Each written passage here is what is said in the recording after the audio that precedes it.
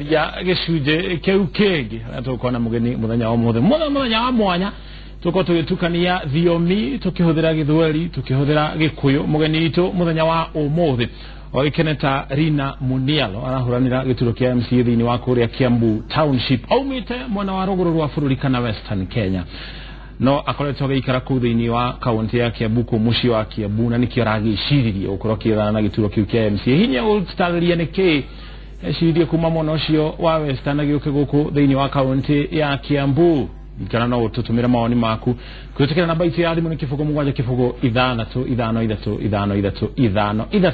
tugithi na mbere na ndereti ino. Karibu sana Rina. Thank you. Huku kwa Inoro TV. Asante sana. No hote kwa lia Gikuyu? Asha derada Gikuyu a little bit kidogo. Sasa ndio unakielewa. Sasa ndio nakielewa. Tuanzie na kwa nini ukatoka upande wa Western ukaenda kuwania kiti cha MCA katika kaunti ya Kiambu? Asante sana kwa nafasi hii kuja hapa. Naitwa Rina Munialo Hatsika na ninavaa kiti cha MCA Kiambu Township Ward. So reason yenye nimesimama Kiambu ni kwa sababu ninakaa pale Kiambu. Unaona, sikuzaliwa Western. Ingawaje mimi nimetoka, naweza sema familia yangu ama mimi nimetoka Western. Mimi nilizaliwa Nakuru but Kiambu ndio mahali nimekaa. Yeah. Watu pale wananijua, ninakaa katika sehemu inaitwa Kasarini. Watu hapo ndio wananijua na nikasema nitasimama mahali watu wananijua. Juu nikisema niende Western, watu wanijui huko. Na nikasema the reason why ninasimama Township, hapo ndio ninataka kuleta maendeleo hapo. Juu ninajua shida za pale. Ninajua shida za jirani yangu anajua shida zangu. Yes. Ukichaguliwa ni mambo yapi ambayo utabadilisha katika Kiambu Township? Mambo yale ambayo nitabadilisha katika Kiambu Township, kuna mambo kadhaa. Nimeongea na watu pale, wanasema kuna a few things wanahitaji sana viweze kuadresiwa. Kitu cha kwanza, kuna so many youth Kiambu Township ambao hawana kazi. Kuna wengine wana elimu mpaka kiwango fulani, wanahitaji hiyo support. So kitu ambacho nitaweza kuleta katika uongozi wangu ni ku empower women and youth. Na ku empower women and youth, you can do that through many ways. Nataka wale ambao youth wako na biashara zao, ninajicommit kwa support. Juu unaona youth ule mwenye akona biashara yake, akiweza kupata ile support, biashara yake itaweza kupanuka, hata ataweza kuandika mwingine na mwingine. You see through that, hata tumeweza kuangalia hii swala ambayo tumekuwa na challenge sana ya youth unemployment. Na pia wale wa mama pia wanyoko, kama ni mama mboga, kama ni mama anauza mtumba, I'm so willing to empower the women and also youth. Yes. Ulifikiria lini kuania hiki kiti cha MCA katika Kiambu Township? Ni kitu ambacho nimekuwa na hiyo mawazo kuanzia hapo awali. Right now kwa saa hizi niko miaka 29. Niko almost to turn 30. So nikiwa around miaka 22 nilikuwa nimejoin a certain political party because I have the interest na siasa kwa kiwango fulani. Na that time nilikuwa naweza sema nilikuwa na umri kidogo. Chama kipi hicho? Wacha kwa sahizi nisiseme, nitasema wakati huo mwingine ukinileta. So na wakati mimi nilisomea mambo na afya, nilisomea health. So kuna wakati baada ya kuwaka Aga Khan Hospital nikawaka Family Health Options Kenya, na vile niliwaka Family Health Options Kenya walinipeleka sehemu watu wanasema ni slum, Kibera slums, na niliambiwa huko ndio niende kupeana matibabu. So kuna wakati kulihitajika uongozi wa kulead kikao cha healthcare. Na nilisimama na nikaomba watu kura, na wakati huo nilikuwa nafikiri miaka 25. Na wakakuchagua? Nilikuwa namba 3. tulikuwa kama 6 aspirants. So kulikuwa a guy who was number 1, kulikuwa na another person number 2, mimi nilikuwa number 3, na kulikuwa na watatu nyuma yangu. So sikufanya vibaya sana. Huku katika Kiambu Township unawania hiki kiti na tikiti wa chama gani? Nawania na tikiti ya Jubilee. Yes. Kwa nini Jubilee? Kwa nini ukachagua Jubilee? Naweza sema kwa nini nikachagua Jubilee? So far unaona kama mimi ni Mluya, na vile nimeweza kusimama na tikiti ya Jubilee. Jubilee kusema ati wewe ni kabila ingine usisimame na chama yetu, ati chama yetu tu vile maybe wengine wanasema ni ya Wakikuyu peke yake.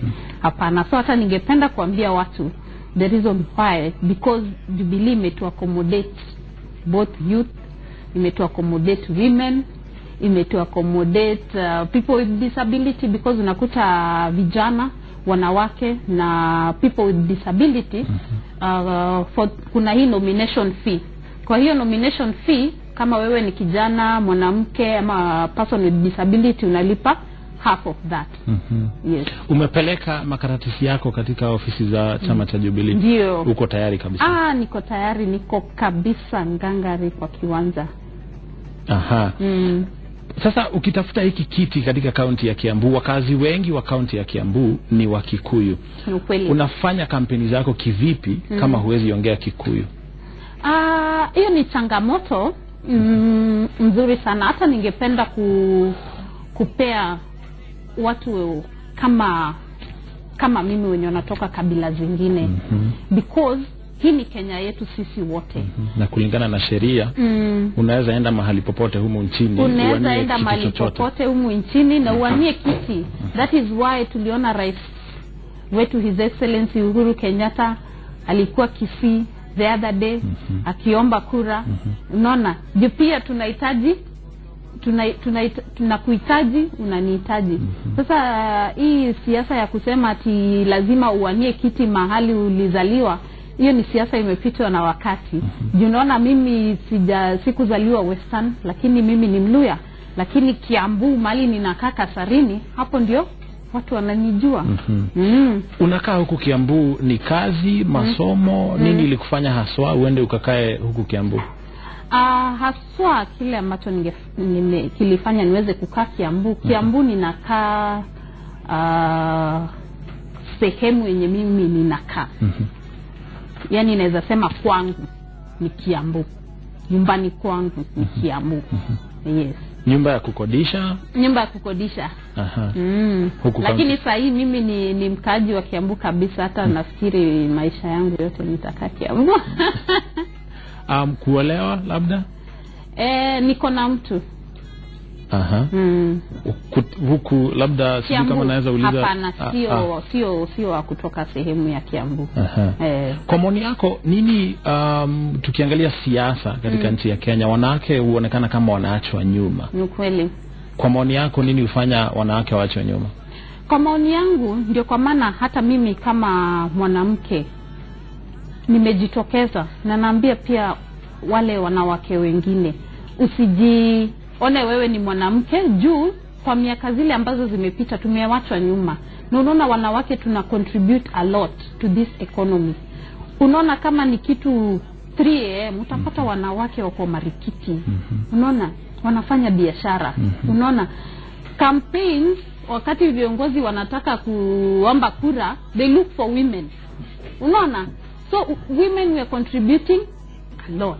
Kwa nini hawajitokezi katika siasa? Kitu kile ambacho wako katika hizi biashara zingine, lakini kwa siasa hawapo kama wanaume. Kwa siasa umekuta wanawake kwa miaka zile ambazo zimepita tumekuwa tukipigwa vita sana.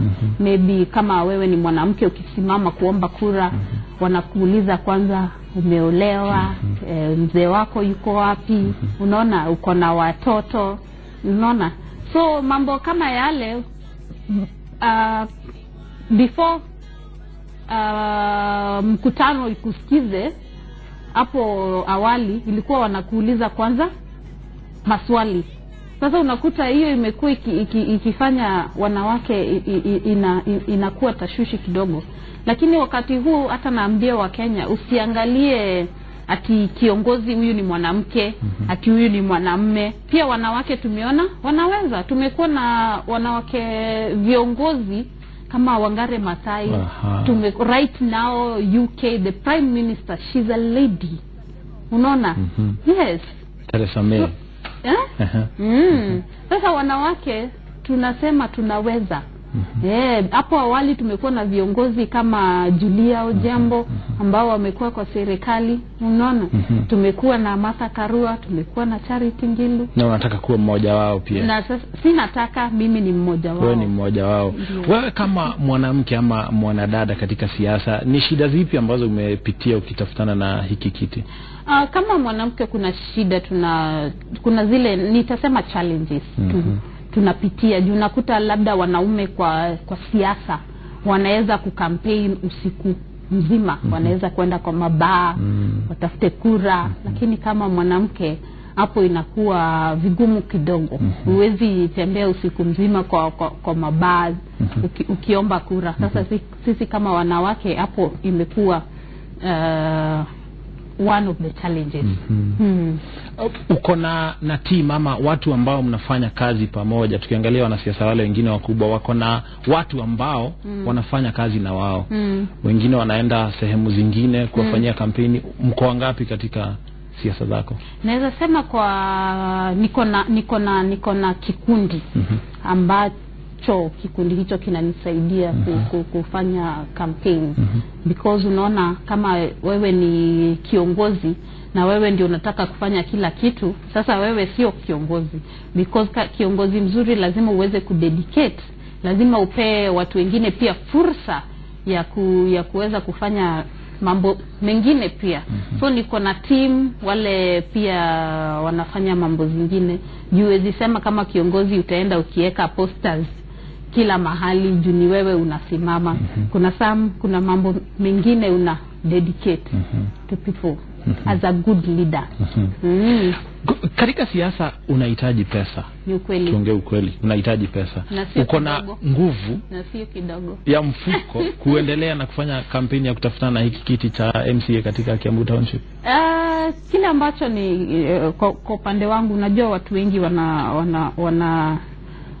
wanapata pesa yao ya kampeni kwa njia tofauti. Kuna wale nasikia wanachukua loan, unaona? Kuna wale nasikia wanauza property. Nasema mimi ni hiki kiti ninataka, nenda nitafanya juu chini nipate hiki kiti. Kuna mwingine anasema hiyo mogoda vile madada zangu na ndugu zangu wanasema hiyo shamba. Kuna mwingine anasema hiyo shamba mimi nauza kwa sababu ya hiki kiti. Kwa upande wangu mimi ni kijana. Kwa lugha ya Kimombo tunasema youth. Unaona youth bado tunajijenga, hatuna hiyo pesa mingi. Lakini ukiwa zile ndogo uko nazo, hiyo ndogo uko nayo, anza na hiyo. Nimefanya kazi kwa muda, save pesa kidogo. Na pia nimekuwa nikifanya my business the last 4 years. Na pia nimekuwa na marafiki ambao wameniona nikikuwa kiongozi kwa mambo kadha wa kadha. Na vile wameona nikasimama wakasema unaweza, tutakusaidia hapa, tutakusaidia hapa, tutakusaidia hapa. Na pia kuna wengine pia as ninaendelea na hii msafara, kuna wengine pia wanajitokeza wanasema nitakusupport hapa. Hata kama mtazamaji yako nyumbani na pia unasema nataka kusupport huyo dada, namba yangu ni 07. Acha tusipeane namba ya simu. Ukiwania hiki kiti utafanya kazi na viongozi ambao walio katika kaunti ya Kiambu, governor, senator, wabunge. Kwa sasa hivi umeongea na wao? Kwa sasa hivi ninavyo kuna kama mbunge wetu ni a man that I respect so much, Honorable Jude Jomo. Kwa sababu kuna kazi mimi ninaona ameweza kufanya. Sasa akifanikiwa aweze kupata hicho kiti, nitafanya kazi na yeye. Naona kama ni upande wa governor, yule ambaye atachaguliwa na wananchi, kama ni baba yao ama Kabogo, nitafanya kazi na wao wote. Na wao. Aya, tukimalizia kama ni senator huyo ambaye atachaguliwa nitafanya kazi na yeye. Tukimalizia utatumia ile kamera. Mkazi wa Kiambu Township ambaye anakutizama sasa hivi unaweza mwambia nini? Mkazi wa Kiambu Township yule ambao unanitizama wakati huu, mimi ni dada yenu, mimi ni mtoto wenu, mimi ni msichana wenu, na mimi nataka kuwafanyia kazi. Sitaki mnipe tu kura niwende nikakae tu pale. Mimi ni your servant. I want to serve you guys. Ninataka niwatumikie na niko tayari kuwasikiza, na mimi nasema sitakuwa kama viongozi wengine vile watu wanasema ati huyu tulimchagua akapotea. Mimi na promise nitapatikana 24 hours. Asante sana Rina Munialo Hapsika. All the best. Thank you very much. Thank you so much. Asante sana. Thank you. Katasia mwanya na ni wogitwirera muthenya wa muthe muthenya wa gutukania thiomi na ndimi nigikoyo nigithweri nina ningigita muriki wa macoki tikurekia tolikie kotegekia mohoro tabato ikiri hanini tugucokereria na mangi maria turi namo.